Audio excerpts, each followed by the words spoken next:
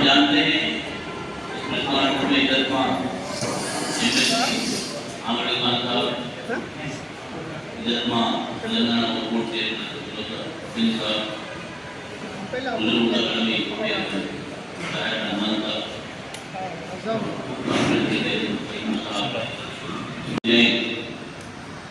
सब लोगों की दुर्बल दूर करने के लिए एक शानदार स्कीम उन्होंने लागू किया। एक साल पहले मैं महिला कानून का जायजा लिया। हमने बहुत कोशिशें की। गुज़िश्ता सरकारों ने 10 साल में किया हुकूमत ने इस कारपोरेशन को डिफेंड करता है तो उन्हें सिर्फ एक ही बार इलेक्शन टाइम पे जो सभी लोग ने करे सो ये बात उन्होंने बहुत से स्कीम दिए, बहुत से टीकाट किए, मुसलमानों का पूरा सर्वे भी किया हम लोगों ने 2011 का और बाद का। उस हिसाब से जो मुसलमानों में जो गुर्बत है वो गुर्बत को दूर करने के लिए कम से कम हुकूमत क्या कर सकती है, क्या करे तो वो जाके नौजवान और लड़कियां ले तो रोजगार कर मुक्ति और ये क्वेश्चन ने रेवंत साहब ने सुन लिया। उसी तरह एससी बीसी एसटी के कारपोरेशन से लोगों की रिपोर्ट मंगाई। ऑल वेलफेयर डिपार्टमेंट एक मुख्य तरह की याद मैं ये तो अपील करता हूँ कि पहली बार इतना बड़ा स्कीम आया है ये स्कीम आपके घर अपने को पहुँचे और उसमें शामिल ये तेलंगाना हुकूमत का कांग्रेस पार्टी जो इलेक्शन में बनता है मुसलमानों को करेंगे अपील की वो एक स्कीम स्टार्ट है। यही नहीं बदलकर मैं समझता हूँ कारपोरेशन स्टार्ट हुए पर पहली बार करीब 40-42 मशीन उससे 10 साल तो लोग लॉन्च करके डिस्ट्रीब्यूट करने के लिए तैयार है वो डिस्ट्रीब्यूट हो गए हैं और 33,000 मीटर जो टेंडर पास है वो भी एक समझता हूँ 40,000 मीटिंग जल्द से जल्द तो आपको भी स्टार्ट हो। इसके हटकर तो इसमें डिस्ट्रिक्ट पुरानी रिकॉर्ड है हैदराबाद से सिकंदराबाद है। आज हमारे पास 30 किलोमीटर स्टार्ट हुआ, ये सब काम चल रहा है।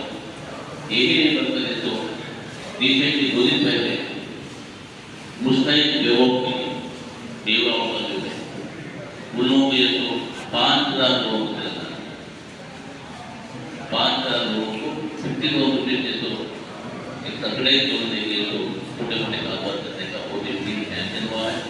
ये मोटी खत्म होती है तो भी आया एक छोड़कर खासकर तेलंगाना में जो फुल जवान है बिल्कुल संचार जाती फुल जवान जो बिल्कुल जो बहुत रहकर आज भी नींद चलाना बंदर चलाना सर्कस में काम करना पत्थर तोड़ना बड़ा ये दुनिया से पूरा अलग में है। उसके कांग्रेस के लिए तो बड़ा डिबेट है वो भी ये देखेगा कि ये काम है मोटिवेट करना है बार-बार नहीं करना है कोई है ये स्कीम पूरी स्टार्ट हुई। यह तो आपसे अपील करता हूँ कि आप ये सब जो पब्लिक तक पहुँचाइए और आज को हिस्सा बनिए हिस्सा बनिए तो स्कीम को एक अटल पार्टी से आज 67,000 आए हैं इस बार पार्टी में 2 वर्ष से देखा है उसकी ये कंटिन्यू प्रोसेस ये एप्लीकेशन कैसे पार होगी नो तो ये ऐसा काम कीजिए ये बात आप ये सब लोग अपने नाम बैठे हैं आज इसका हाथ होता है हम सभी जो पहले 2,000 के होते हैं आज वक्त के माले वक्त का मंशा हमारे बुजुर्ग लोगों ने वक्त कायम कर खासकर मुसलमान की गुर्बत करने के लिए जो वक्त बनाए उसमें आज की सरकार है सरकार उन्होंने वक्त मनुष्य को पूरा खत्म करना, उनके राजन बढ़ाने के लिए उन्होंने जो बिल पास किया है वो बिल सब लोग उसको अपोज करते हैं, हमारे नेता भी अपोज करेंगे, पार्टी अपोज करेंगे। हम लोग डिमांड करते हैं कि असेंबली में ये रिक्वेस्ट करकर एक असेंबली रेजोल्यूशन पास करने के लिए कोशिश करेंगे। ये बात डिटेल जो चेयरमैन साहब वो बात करेंगे, इसके बाद एक्शन क्या लेना है वो बात करेंगे। मैं अभी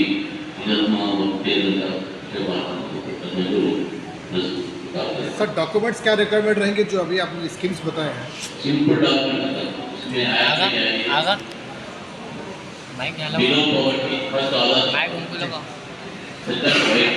अगर तो वाइट कार्ड नहीं भी है इनकम मेरा नीचे का मेरा सुनना नीचे का ये 2% बैंक आपको ये 3%।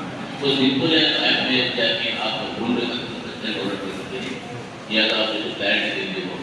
इससे पहले और आस-पास जो जिले जो एप्लीकेशन थे बड़े लाभ पंचायत के लाभ गवर्नमेंट से तो क्लोज करते हैं और मिशनों में बड़े लाभ 2 लाख के साथ अप्लाई किए ग्रुप में एम्प्लॉयमेंट पे अप्लाई करने का चांस थी। तो लिहाजा पैन कार्ड अच्छा है ब्याज पे और वो दे दो। किसी का इनकम सर्टिफिकेट एप्लीकेशन जो डाउनलोड कर रहे हैं वहाँ पर बेइंतहा उनको तकलीफ ये हो रही है कि जब आप 1 लाख रुपए का अगर ट्रांजेक्शन करें और वो नेट मशीन का खोलना चाह रहा तो उसमें उसका अपलोड नहीं हो रहा है।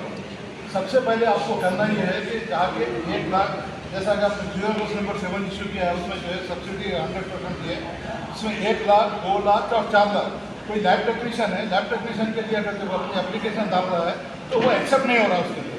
और एक चीज़, अब ये ration card recently ration card जो शुरू किए थे उसमें जो है किसी बच्चे की शादी हो रही है दूसरे घर में चलेगी वो बच्ची अप्लाई कर रही है तो वो भी जो है एक्सेप्ट नहीं कर रहा है।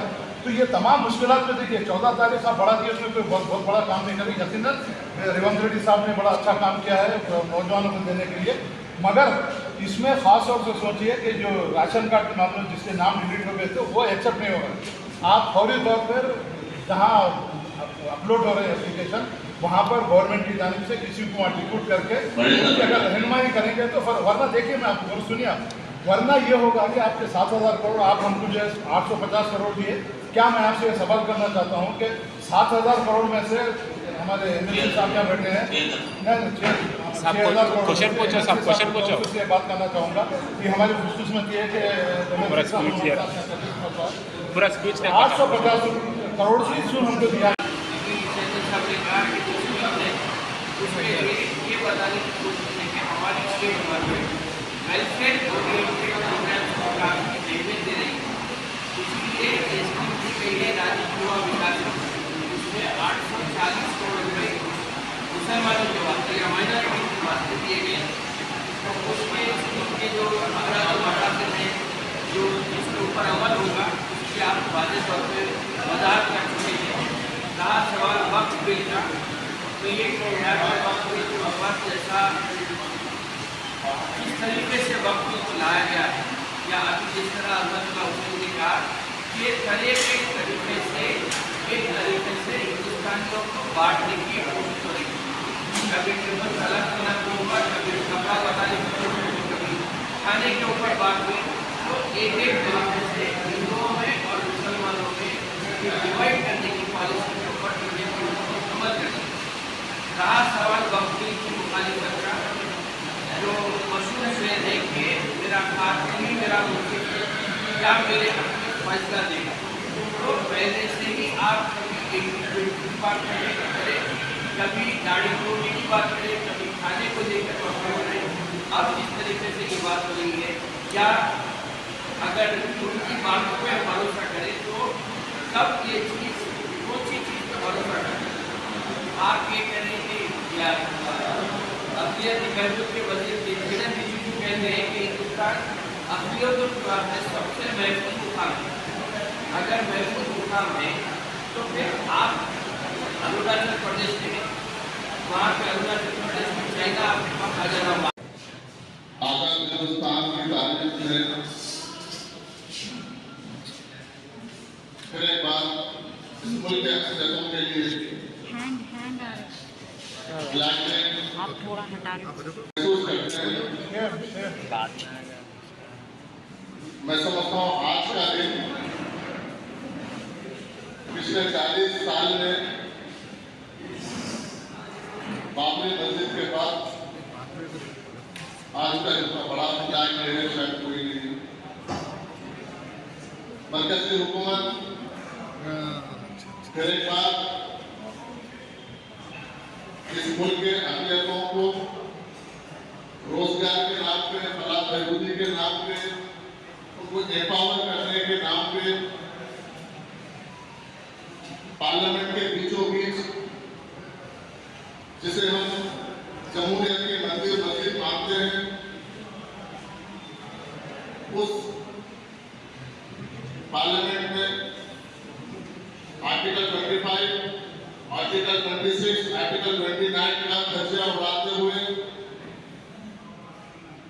मुसलमानों की मैशियत को कमजोर करने के लिए उनके फिर एक बार उनके रीढ़ की हड्डी को तोड़ने का काम किया है।